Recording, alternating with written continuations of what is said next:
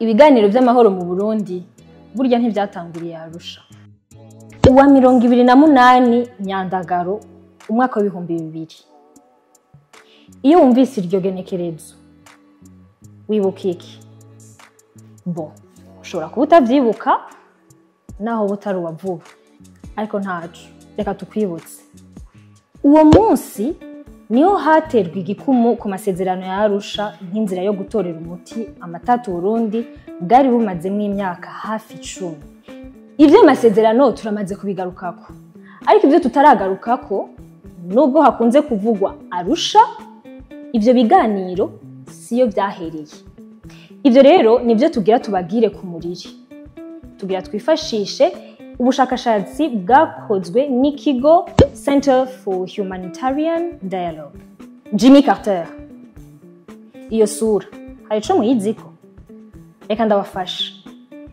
Nuwahoze arongoye leta zunze ubumwe za Amerika.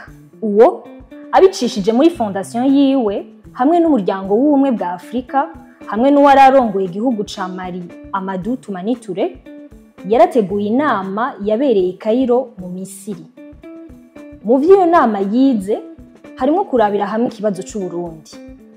Aho hari ku magenekerezo ya 28 na 29 Munyonyo 1995.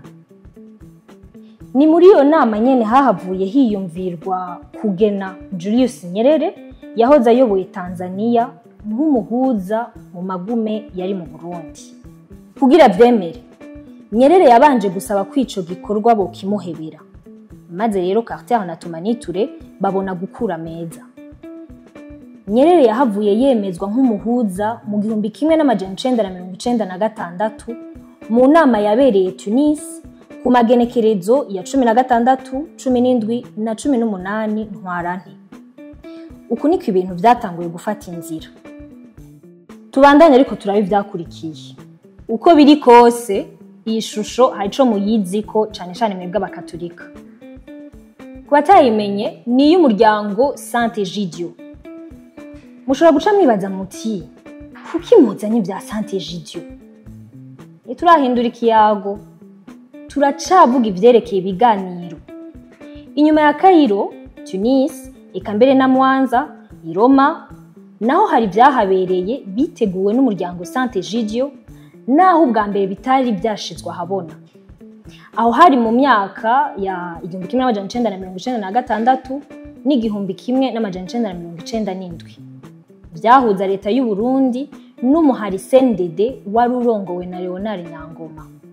Nkuko twe duhejeje kubibona, ivyo biganiro vyabaye mwibanga ntangere.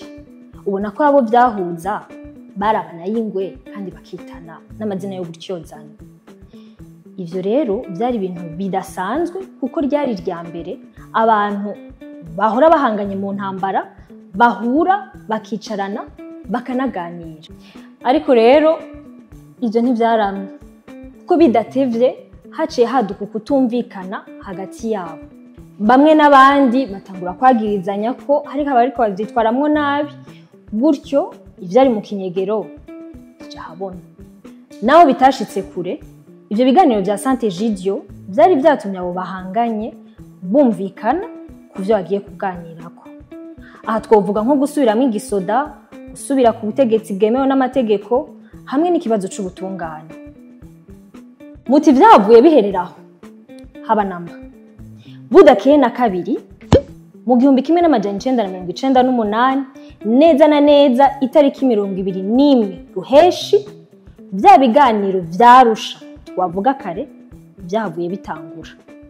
Bija gusozerwa inyuma y'imyaka 2 mu 2000 ku itariki 28 Nyandagaro. Naho atahejeje intambara, ntawe reka kuvuga ko ayo masezerano yasinywe ico gihe yagize uruhara rukomeye mu kugarukana ituze mu gihugu. Iyo yabaye intango yo guhagarika intambara ku mirwi mikuru yarwana, nayo yahavuye ishira ibigwanisho hasi.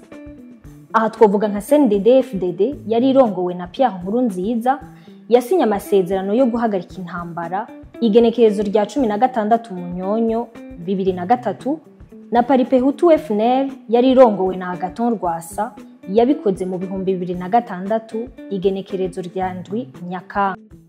Nayo masezerano nyene yategetse ko hobaho inzego zo gufasha kunywanisha abarundi. Aha twovuga nka CVR, umurwi ujejwe kumenya ukuri no kunywanisha abarundi, CNTB, umurwi ujejwe amatongo be n'ayandi matungo, be n'iyindi n'iyindi.